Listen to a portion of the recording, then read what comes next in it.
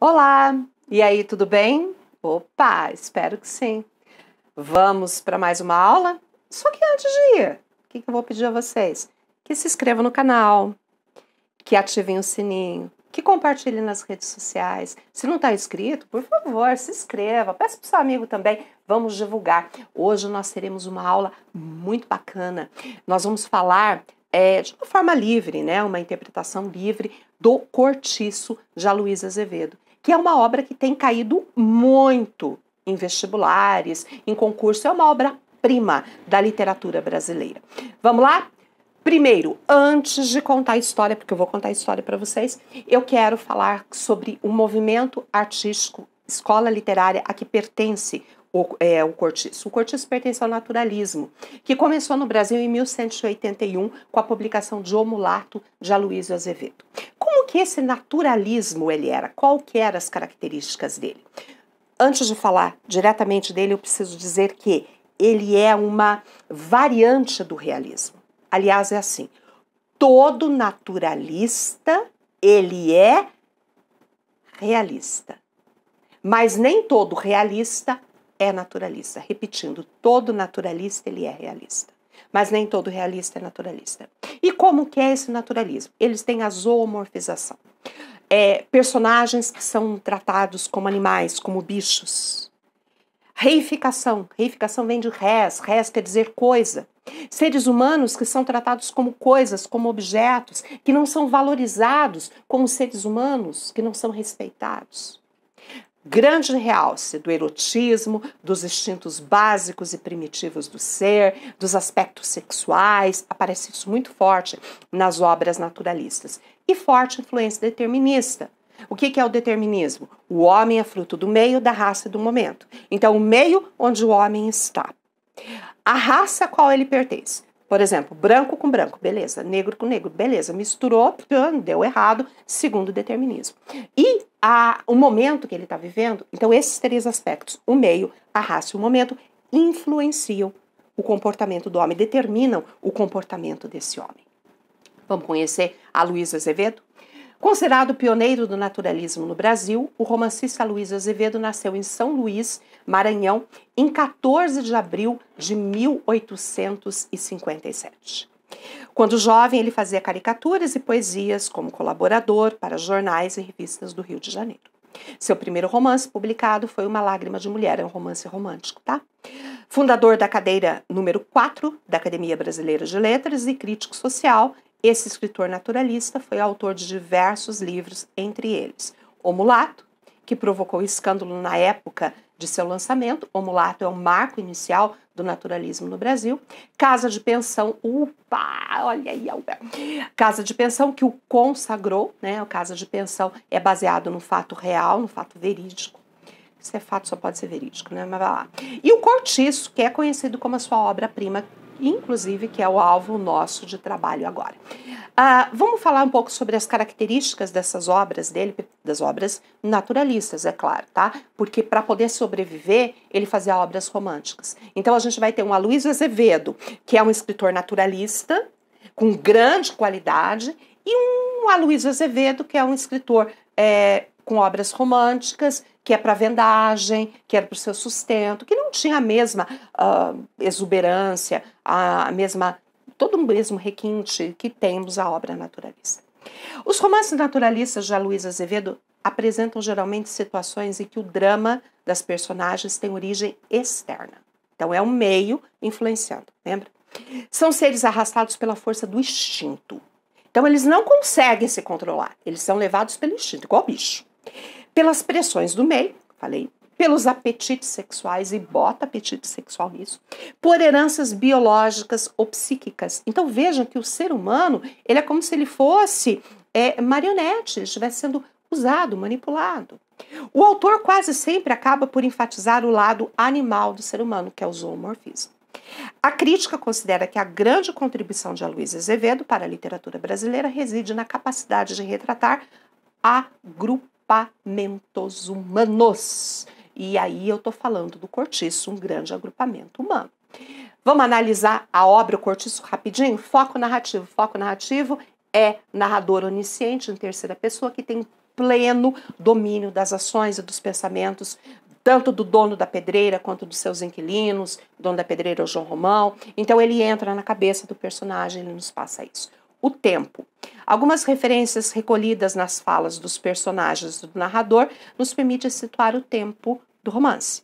Nas conversas na casa do Miranda, como informa o narrador, entre assuntos palpitantes, vinha a discussão um movimento abolicionista, que principiava a formar-se em torno da Lei Rio Branco. Se eu li isso na obra, eu consigo entender a época, o tempo em que o romance foi feito, né? O enredo, ele é linear, começo, meio e fim. Segue os passos do vendeiro, do João Romão. Ele, como o cortiço, vocês vão ver daqui a pouquinho, é o personagem principal. João Romão é o dono do cortiço, então ele vai seguir os passos dele. Desde a juventude, pobre, até a maturidade, abastada e inescrupulosa. Concentra, pois, o tempo narrado em alguns anos. Com relação ao espaço físico retratado é um microcosmo de uma sociedade. O cortiço é uma microsociedade que representa uma macrosociedade. Um cortiço é um sobrado imponente, é isso que eu tenho. O cortiço, onde vive lá a ralé, né, quem era o dono, o João Romão, e o sobrado, que era o de Seu Miranda, que ficava ao lado do cortiço.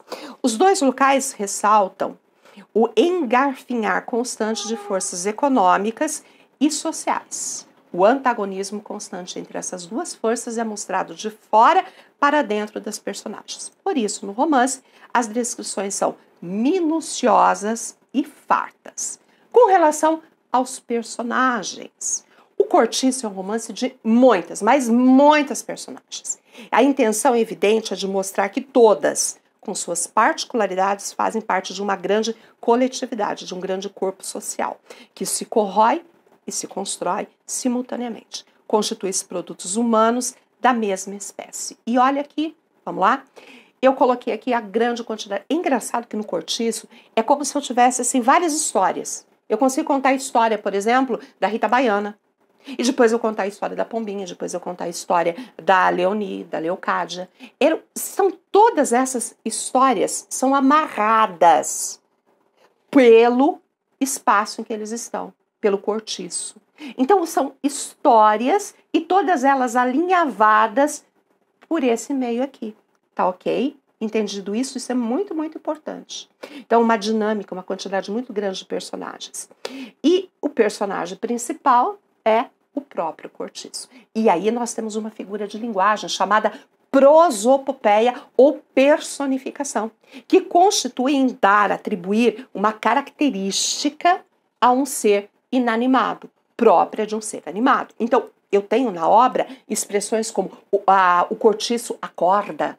Quem acorda é uma pessoa. O cortiço abre as suas janelas como se abrissem os seus olhos, certo? Então, eu tenho essa prosopopeia e personificação. Vamos para o enredo, vamos conhecer a nossa história? E a minha história começa assim. Dois portugueses, João Romão e o Seu Miranda. Eu vou deixar aqui o rol de personagens principais, tem muito mais, mas é para que vocês possam estar ouvindo e fixando, tá? Guardando a historinha. São dois, então, portugueses. O João Romão, ele veio para cá, ele foi trabalhar numa venda, ele herdou essa venda como forma de pagamento. Ele era um cara que trabalhava dia e noite sem parar, de sol a sol, vestia a mesma roupa, só trocava uma vez por semana, tá? E ele conheceu a negra Bertoleza. A negra Bertoleza era uma escrava fugitiva. O que ele fez? Ela foi morar junto com ele. Ele forjou uma carta de alforria. Entregou para a Bertoleza. Meu Deus, a Bertoleza ficou muito feliz, grata. Meu Deus, ele me ama, que coisa maravilhosa. E desde então, ele começa a explorá-la. Lembra o lance da reificação? É isso. A Bertoleza, ela trabalhava de sol a sol. Ela limpava a casa de João Romão. Ela cuidava da venda de João Romão. Ela o servia na cama. E de madrugada, ele dizia para Bertoleza, vá roubar material de construção, porque ele estava construindo o cortiço. E ela ia, traga areia, traga cimento, traga tijolos. E ela ia buscando. Então ela trabalhava 24 horas por dia. Ela era explorada. Fala em João Romão, qual era a máquina de enriquecimento dele? Ele tinha uma venda, ele começou com a venda, ele comprou uma pedreira e ele tinha um cortiço, estava construindo cortiço. Então era assim, os funcionários da pedreira tinham que morar no cortiço e compravam na venda. E por sua vez, ele enganava em pesos e medidas. Ou seja, uma pessoa que tem pouca condição socioeconômica, o que ela ganha, gente? Vai para quê? Vai para comer, vai para morar. Ou seja, aquilo que ele pagava voltava rapidamente para o bolso dele e ele foi cada vez enriquecendo e enriquecendo mais e o cortiço prosperando. Vamos falar de uma segunda figura. Lembra que são várias figuras que vão se amarrando? Eu quero falar do seu Miranda. O seu Miranda casou com a Estela. O problema é que o seu Miranda e a Estela não se davam bem. Eles têm uma filha, a Zumirinha. Ai, que dó. Quer ver só? O seu Miranda não gosta da filha porque acha que a filha não é dele. A Estela não gosta da filha porque sabe que a filha é do marido e como ela não gosta do marido, então ela não gosta da filha. Olha que situação. E a Zumirinha vai crescendo pálida, abandonada, sem ninguém. Gente, o casal, essa família, fica vive na mesma casa, mas o seu Miranda e a Estela, como eu falei, não vivem mais como casal. Ela tem os seus amantes e ele tem as dele. Empregadas, escravos, pessoas que conhecem. E a casa deles ficava embaixo da venda. Então, cada vez que vinha alguém fazer negócios com o seu Miranda, pegava a Estela. Mas o seu Miranda dizia, antes corno do que pobre. Então tá ótimo, vou continuar sendo corno. O que eu não quero é ser pobre. Mas para tentar atenuar essa situação, o que ele fez? Ele separou a casa do negócio. E aí ele comprou um sobrado, distante do negócio dele e tal, e mudaram-se para o sobrado. O que ele não tinha atinado é que ao lado do sobrado estava sendo construído o cortiço. E aí, quando ele percebeu, ele queria de todo jeito que João Romão parasse a construção do cortiço. João Romão, por que eu vou parar de deixar de ganhar dinheiro por causa dele? E os dois passaram a se odiar. Eles não se davam bem, eles se detestavam. Morando ali no sobrado do Miranda, estava o Botelho. O Botelho estava ali na condição de um agregado e se tornou amante da Estela. Pois é. Mas um dia apareceu mais um morador ali, o Henriquinho, que veio para o Rio para estudar. O pai dele era amigo do seu Miranda e ele ficou ali. Não demorou muito para que a Estela começasse a ter pelo Henriquinho ares maternais. Demorou menos ainda para o Botelho encontrar. Atrás, lá no muro, né, entre a horta e o muro, o Henriquinho e a Estela. Quando o Botelho chega, eles se colocam uma roupa tal e ela diz, não estamos fazendo nada. E o Botelho fala, aí, tudo bem, né, dona Estela? Seu Miranda não dá conta do recado mesmo. Então o Botelho é amante, mas ele não tá nem aí se ela tem outros amantes. Percebam a degradação moral. Percebam o lado instintivo, sexual, que tem tudo ali, tá certo?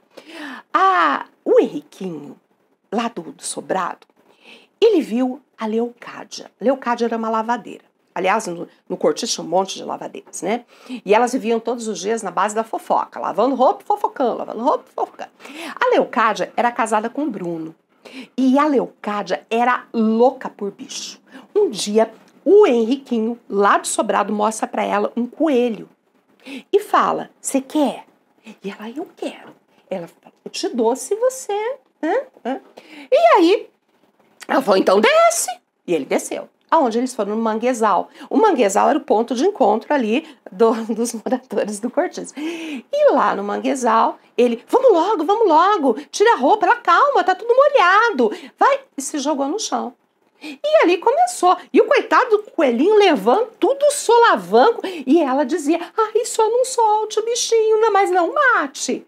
De repente, do meio de lá, surge o Bruno, marido da Leocádia. Gente, foi uma confusão.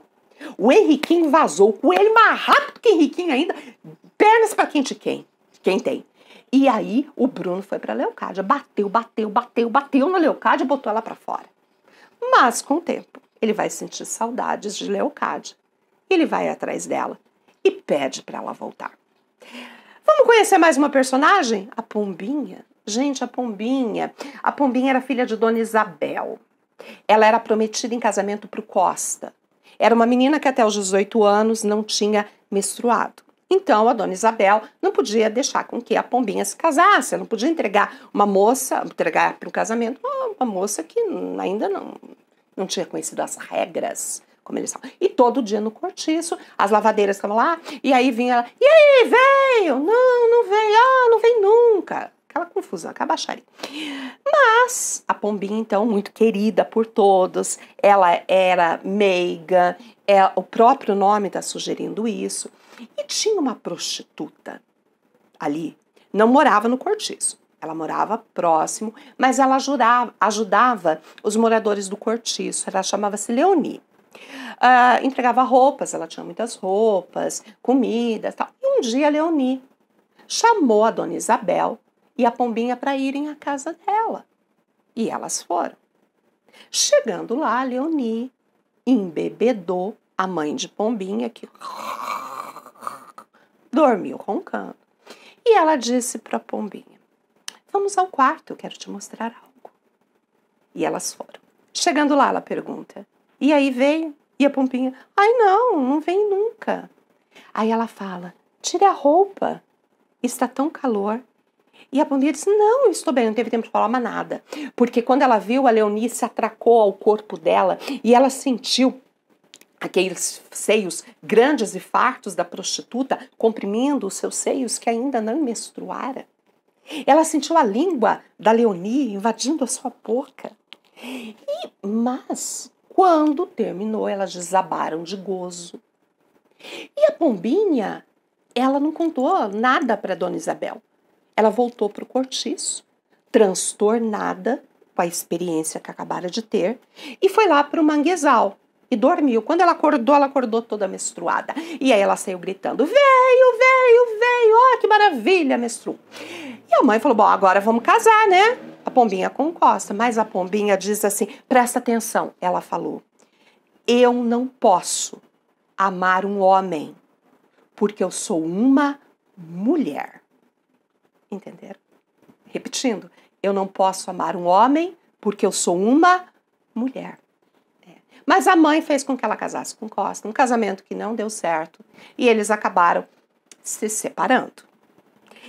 E aí, lá pelas tantas, apareceu no cortiço o Jerônimo. Jerônimo era um português alto, forte. Gente, pensa um cara trabalhador, honesto, íntegro, casado com Piedade de Jesus e pai de senhorinha. Inclusive, ele procurava manter a senhorinha afastada do cortiço.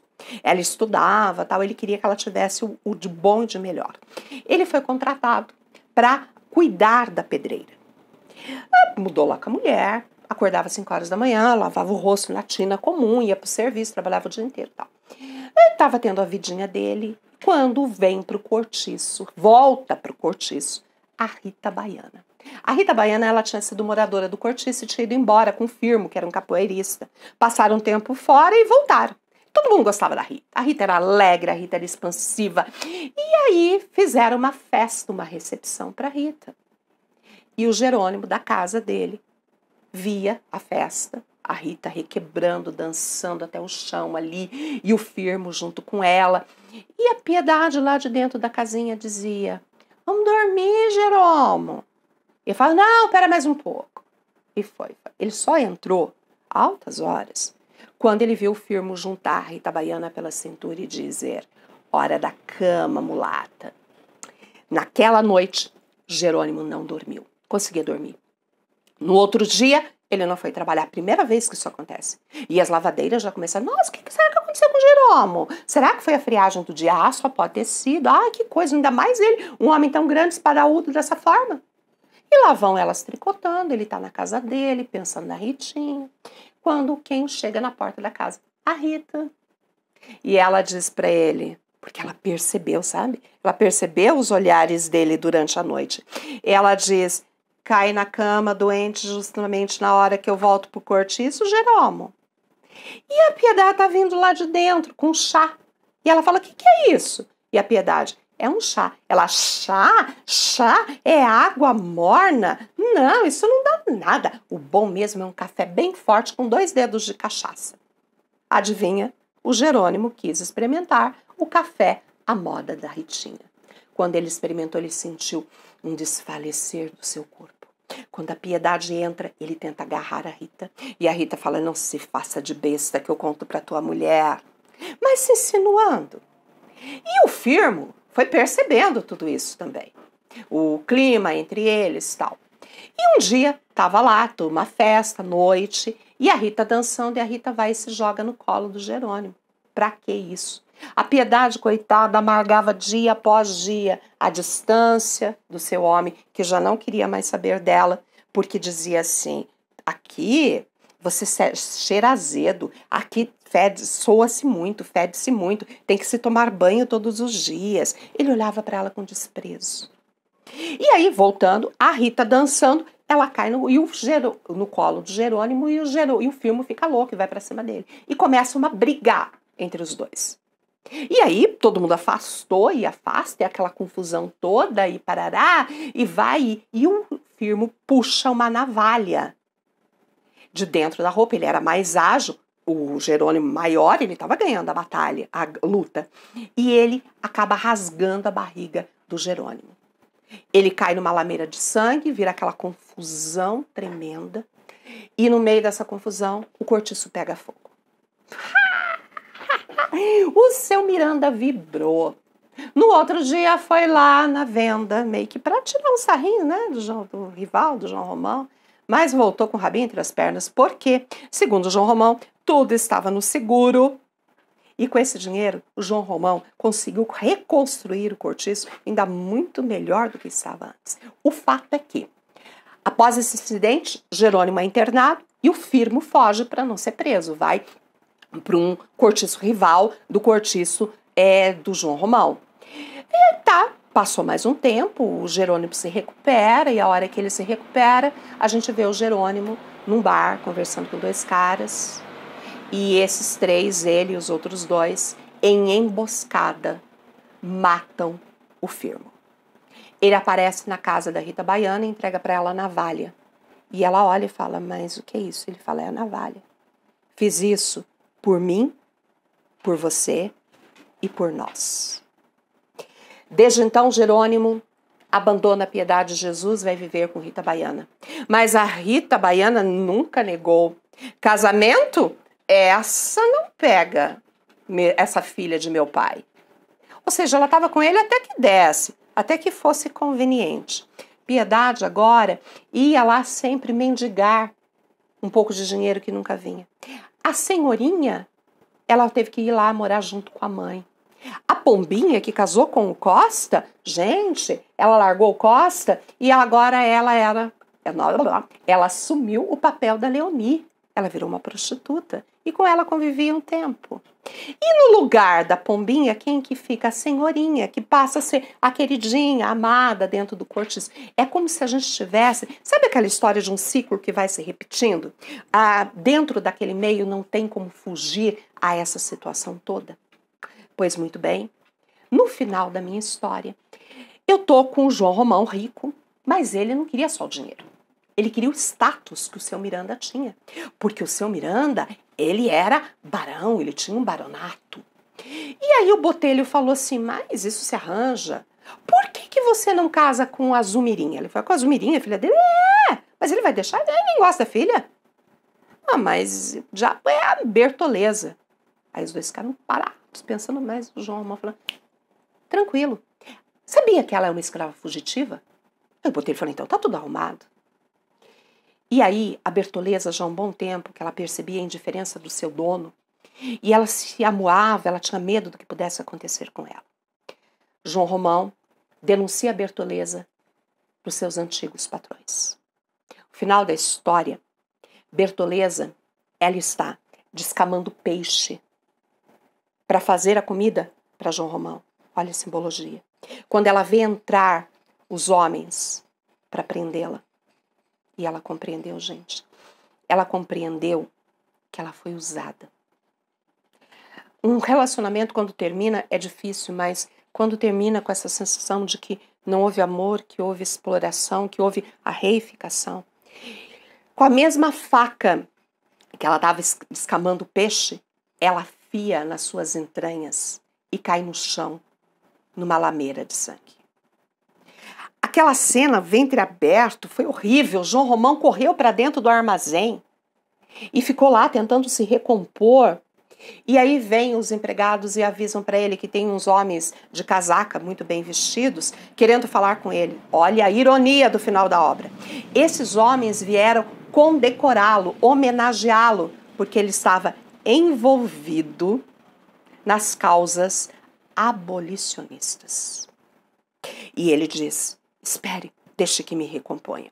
Olha pela janela e ele vê a Rita Baiana passeando ao lado de Jerônimo. E ele fala: meu Deus, como pode um homem desse se envolvendo com uma mulata? E é isso aí. Essa é a história do Cortiço. Eu espero que vocês tenham entendido todo o enredo e eu quero agora só trabalhar a questão da temática para finalizar.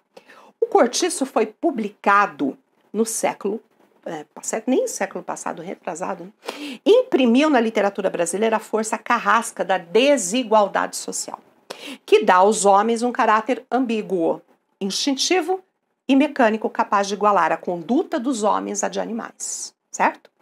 Os fortes dominam os fracos, as forças sociais são carrascas e deterministas. A tônica, portanto, é a exploração do homem pelo próprio homem. É isso aí. Encerramos aqui mais uma aula. Espero que tenha sido proveitosa. Vai lá, não esquece. Curte, né? E se inscreve, compartilha e vamos divulgar esse canal. Fiquem com Deus, muito obrigada e até o nosso próximo encontro.